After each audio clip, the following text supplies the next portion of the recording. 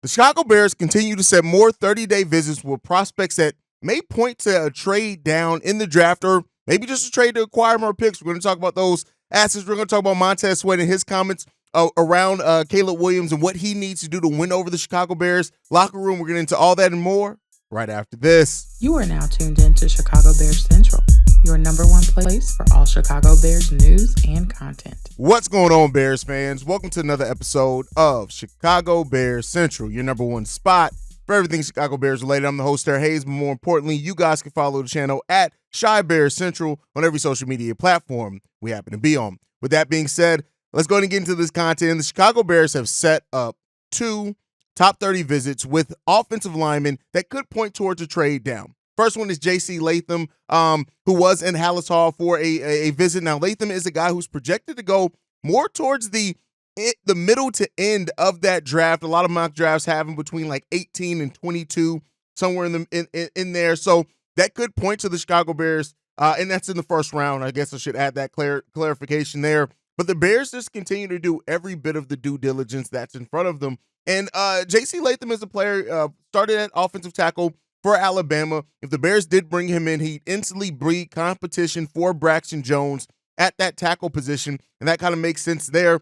He's 6 foot and 329 pounds, so that he played tackle in college, but there also has been some talk that he could project to play some guard also at the NFL level. So again, if the Bears were to kind of go that direction, would mean kind of some versatility when it comes down to that. And so the Bears aren't necessarily, per some reports, looking for a tackle or a guard early in the draft. That would kind of more dictate towards the Bears maybe trading down in that. And so, Latham, comes in, would instantly compete with Braxton Jones, bring that. And so it's another kind of direction that you can look at what the Chicago Bears are trying to do in this NFL draft. And they also have Jackson Powers Johnson with the top 30 visit as well. He's the top interior offensive lineman in this draft, and so he's somebody who's also slated to go in that draft as well. People really like him a lot at the interior offensive line. Now, he's projected in a lot of mocks to go more towards the end of the first round, not even towards the middle.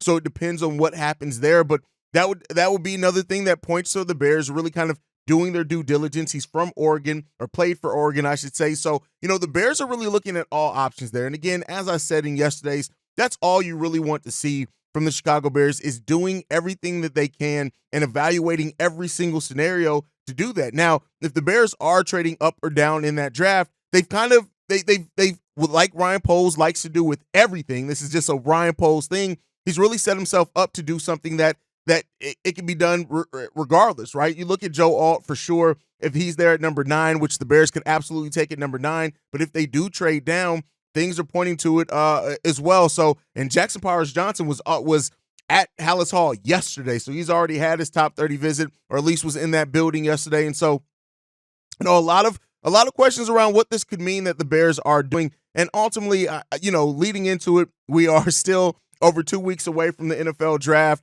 and I think everybody's just kind of waiting and seeing what this is going to shake out to be for the Chicago Bears. And the Bears have a lot of options in front of them, and it comes down to, again, making those right decisions with those, but still maintaining even that flexibility to potentially trade up. And the Bears could very well use some of those 8 draft picks they have in next year's draft to move up in this year's draft, or to move into certain rounds with this year's draft if they decide to do so. They got 2 second-round picks next year. If they want to get into the second round of this year's draft, maybe they do look to just swap their second-round pick next year for somebody's second-round pick this year and pick up a second that way. But a lot of tools at the disposal of the Chicago Bears when it comes down to moving up or down in this draft to kind of make that best decision. I know that we're going to be inundated with a lot of mock drafts and things like that on what the Bears could and should do in these trade scenarios, that trade scenarios, and it's all great and exciting to do. But, kind of the mindset that I've taken of this is that the Bears are doing the right thing once again, and that is just maintaining that flexibility. That is the most important thing. They're gonna have so many options ahead of them. And yeah, you like I said in yesterday's episode, there could still absolutely be some things that go wrong. But when you look at just where the Bears have, who have they brought in recently with visits? You got Marvin Harrison Jr., Xavier Worthy, Liatu Latu, right? Malik Neighbors came in here, Jackson Powers Johnson, J.C. Latham.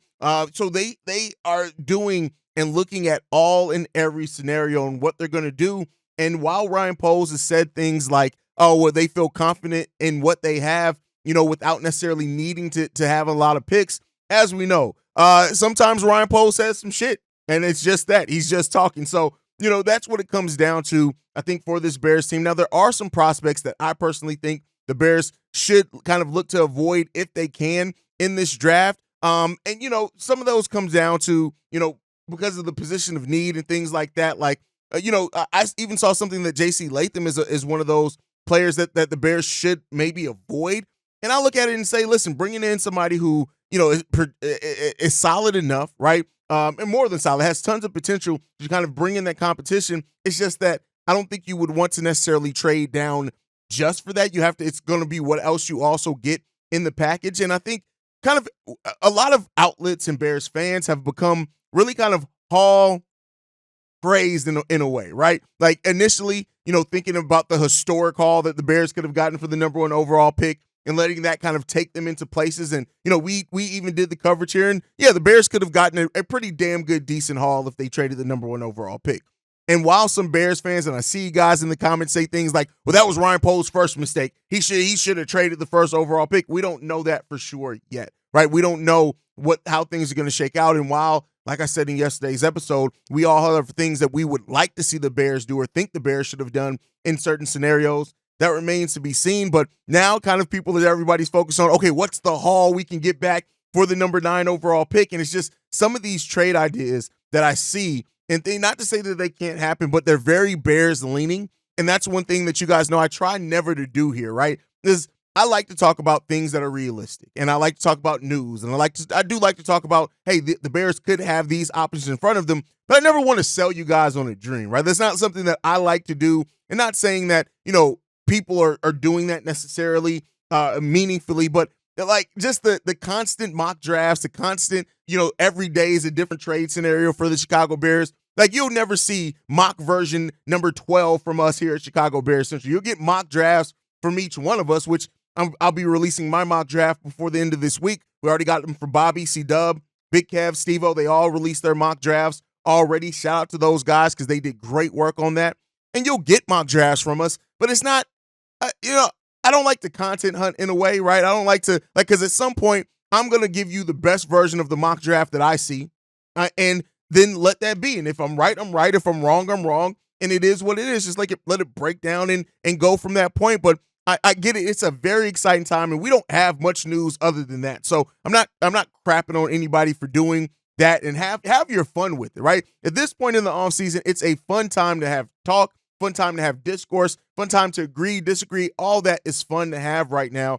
And because realistically, the Bears have every option in front of them, yeah, some of that is going to make a lot of sense to do that. But I just, that's just not my type of thing per se. And, people have asked that and, asked why I don't do that, especially hosting the daily episodes.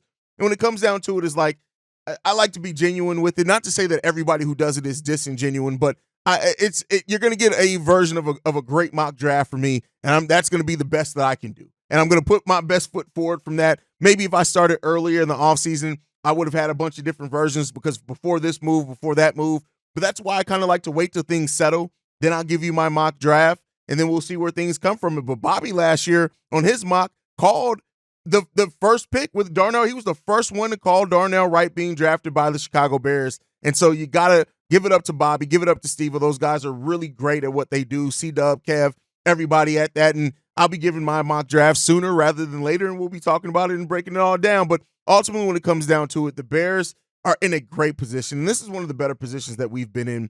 But with that said, Montez Sweat was on a podcast, and he was asked about a lot, right? And, one of the things that came out of that was specifically kind of about his thought process about what Caleb Williams or what the new quarterback would have to do to kind of win over the Chicago Bears, win over the Chicago Bears team and the teammates and things like that. And I love it that he just said, just come in and own it, right? Come in and do everything, right? Come in and be yourself. That's kind of what you got from it, from Montez Sweat. And I think that's one of the biggest things about it, right? And, he did make it known that he does think that Caleb Williams will be the next quarterback. And he said the piece of advice that he would give is to do everything yourself. And, he also talked about how he believed that the Bears had a really good nucleus of players. And that is something that I believe as well. I know a lot of people disagree or have questions about, Ryan Poles' draft history or questions about just how good of the players that Ryan Poles brought on. I think a lot of that is kind of people who just live to be contrary, but some of it are some legitimate things. But when you look at what this Bears team is building, right, and the fact that we do have, for the first time in a while, a Bears team that's really building towards something, there's a lot of Bears that can really have jump-off seasons from what they did last year. Tyreek Stevenson, TJ Edwards, what they already brought, now having Montez Sweat there for a full year, things like that. So, when it comes down to it, I think that this is going to be a fun season for the Bears, and this is going to be a season where the proof of concept that Ryan Poles has kind of laid out, this upcoming season is going to be the biggest example of how much long-term success can we look to gain from that. Is it going to be this team that can truly go on these playoff runs, that can compete for a playoff spot first, right? How well do you compete in your division? A lot of things like that. Like, you got your 2 rebuilding years, right? The first year Ryan Poles came in, nobody really expected the Bears to do much. They got the number 1 overall pick. They traded it. One of those picks that we got in that trade became the number 1 overall pick this year. We doubled our wins to 7 games between the first year of Ryan Poles to the second year. But now in this third year, you should have laid a good enough foundation, which it looks like we have, especially on that defensive side, that young cornerback crew. We still got some work that we need to do on the defensive line. There's still absolutely answers. You brought in Bayard to be that safety next to Jaquan Brisker, which their skill set looks really good together. And another year of continuity with that linebacking core that I was really excited about coming into last season. The defense is in an amazing place, I would go to say, as far as the defense. Finishing the season extremely strong did the Chicago Bears defense. And then you look at what you've done now to improve that offensive side of the ball. And notice that what I said in that wasn't putting it all on Caleb Williams as a rookie quarterback to come in and instantly be everything that he's going to be all in his career. Again, one of the things, and what I know the things that some people look at as a downside to the way that I talk about things, is I like to be realistic. And while I know, and shout out to my partner, Pat, the designer, who we do Locked On Bulls together, he talked about the expectations that Caleb Williams have, and the expectations should be high. And I agree with that the expectations should be high. And the bar that we have for quarterbacks in Chicago is so low that the expectation should be high. But let me be clear here, and where I differ from Pat in saying is that Caleb Williams still gets to have a rookie year. And I already went through it on a different video of just on average, even the great quarterbacks are okay their rookie year. And Caleb Williams still gets to have I don't care about the pressure that Ryan Poles put on him by trading Justin Fields. I don't care. Yes, he has to live up to that long term. Make no mistake about it. You have now, and this is why I said about it, you got your guy. This guy better work out. But you still get to have a rookie year just like any rookie does. And rookie years comes with his own ups and downs. The biggest thing is to flash, improve over the course of the season, and show those flashes of who we're drafting you to be if he ends up being that guy, right? And so, yeah, the expectations for Caleb are extremely high. They're astronomically through the roof. In the scenario, some of the things that are outside of his control, the scenario of trading away Justin Fields, Ryan Poles coming here, keeping the number 1 overall pick, those are things outside of his control. But then you have the things that are in Caleb Williams' control. And whether you like it or dislike it, Caleb Williams is a quarterback that is very confident. And so if you're going to have that confidence, you have to show it on the football field. You have to win over these guys. You have to show your ability to quarterback. That's just what it is.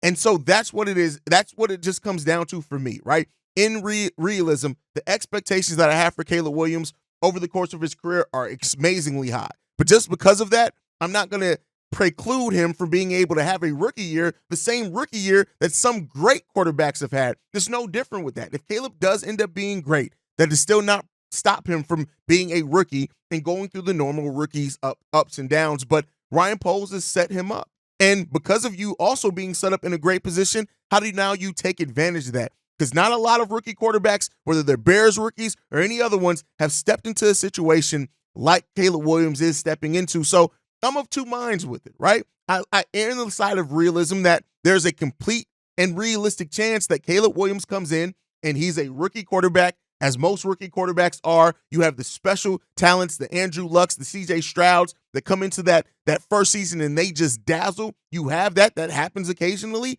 And if he's going to do that, Ryan Poles has set him up to do that in a pretty damn good situation with bringing in Shane Waldron, revamping the offense, Swift, Everett, Keenan Allen, already having DJ Moore here. We need to improve the offensive line a little bit more. We've gotten in some depth, but you're not going to walk into a perfect situation. And there have only been a couple of quarterbacks that I look at have really come into Brock Purdy.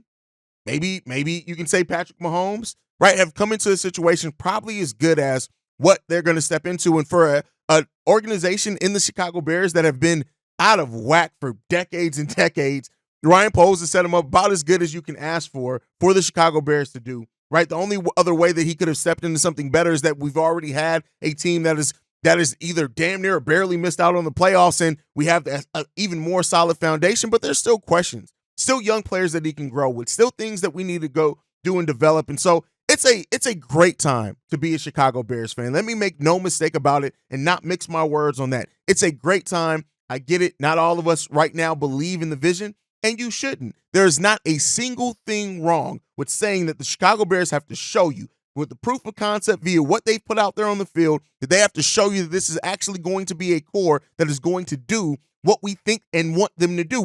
They have to show and prove. Potential only gets you so far. But for the people saying things like, well, the Bears they're gonna, like, I've seen stupid things like, oh, we're gonna have another 3-game season because we got a rookie. What? In looking at this team, where do you see that at? Where do you see that at? And you know, I hate that sometimes it has to go, the opinions have to go either so far left or so far right, where it's like, let's just call it for how we see it, right? Let's just be realistic in what this is. We have this team in the 3 now off seasons that Ryan Poles has had to reshape. The first one kind of clearing out that dead salary. He has done a damn good job at laying a foundation now. Now let's see how we continue to build off of it, because I tell you what, you can have a solid foundation and still have a shitty house, right? So I understand some of the pessimism, but some of it I think it just goes like too far left, and I think it's with people who just want their opinions to stand out, so it just goes all left. You don't have to have a team full of people that you necessarily know their names, right? They don't have to be household names for you to for them to be a great player for the team. And I think that's what we have a lot of, and it kind of fits the city of Chicago. This team, I think, is going to be a really tough team on both offense and defense. And I just hope that my faith in that is rewarded through the actual production and performance on the football field. And I know this has gone from kind of my news and analysis to kind of just my thoughts and things on the Chicago Bears. But listen, the Bears, through the decisions that they've made, have set the expectations for what this team needs to be in 2024. And if they fall short of those expectations, not only are you going to have disappointed Bears fans, you're going to have radical Bears fans because of the things that you decided to move off on this roster. So let's hope that the Bears got it right. Let's hope that they got it right. Let's hope Ryan Poles, and let's hope that this time next year, we're not just talking about a team that won a few games. We're talking about a team that actually competed for something. Let's see what that's going to look like, guys. But thank you so much for tuning in. Make sure you guys are following the show at Shy Bears Central. You can send us any feedback, questions, comments, concerns, ChicagoBearsCentral@gmail.com. And before I also want to ask, if you're on the YouTube side, go and leave us a 5-star review on either Spotify, Apple Podcasts, YouTube Music, Google Podcasts, wherever you listen to us at. If you're on the podcast side, go and subscribe to the YouTube channel, Chicago Bears Central. Help support us grow in both areas, as we're truly trying to be that #1 spot for everything Chicago Bears related, through the discourse, through all the dumbasses trying to say that there was some type of Bears civil war this offseason. It ain't no civil war, because the real news, and not that fluff, not that sensationalism, there's only a couple of places that really give it to you day in and day out. Shout out to Swift. Shout out to the Chicago Bears podcast with Pat the Designer. Shout out to, a lot of places. CHGO Bears, even though that's not necessarily my outlet, but shout out to all the Bears content creators that focus on the content, that focus on the team, that don't need the sensationalism to get the eyes on it. But guys, make sure you're following us at Shy Bears Central. You can send us any text messages and anything, 773-242-9336, text messages and voicemails for the mailbag. But like I like to end everything on, Chi-Town up, Bear down. Love you guys, man. Peace, y'all. This has been a presentation of the Break Media.